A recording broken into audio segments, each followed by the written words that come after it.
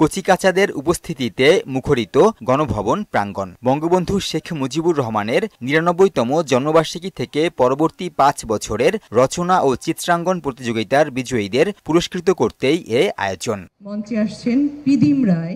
নিয়মিত অনুষ্ঠিত এসব প্রতিযোগিতায় বিজয়ী হয় ৩০৪ জন। কয়েকজনের হাতে পুরস্কার তুলে দেন প্রধানমন্ত্রী শেখ হাসিনা। আমাদের আজকের অনুষ্ঠানের বক্তব্যে তিনি বলেন, শিশুদের সুরক্ষায় আইন ও নীতিমালা করা হয়েছে। সাক্ষরতার হার বাড়াতে প্রাক প্রাথমিক থেকে মাধ্যমিক পর্যন্ত বিনামূল্যে বই বিতরণ করেছে সরকার। প্রি প্রাইমারি থেকে মাধ্যমিক পর্যন্ত বিনা পয়সা আমরা বই দিচ্ছি, আমরা বৃত্তি উপবৃত্তি দিচ্ছি।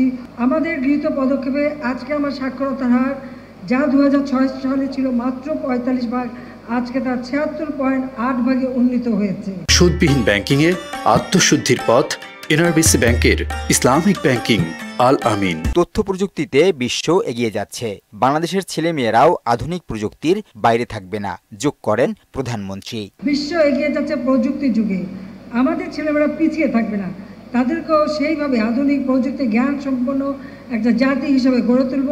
উচ্চশিক্ষার মান উন্নয়নে সরকারের পদক্ষেপ তুলে ধরেন শেখ হাসিনা। এয়ারোস্পেস, এভিয়েশন, বহুমুখী বিশ্ববিদ্যালয় করে দিয়ে বিজ্ঞান প্রযুক্তি বিশ্ববিদ্যালয় বিভিন্নভাবে আমাদের ছেলেমেয়েরা তারা যেন লেখাপড়া শিখতে পারে, তাদের মেয়েরা বিকাশের সুযোগ হয়, সেই সুযোগটাও আমরা করে দিয়েছি।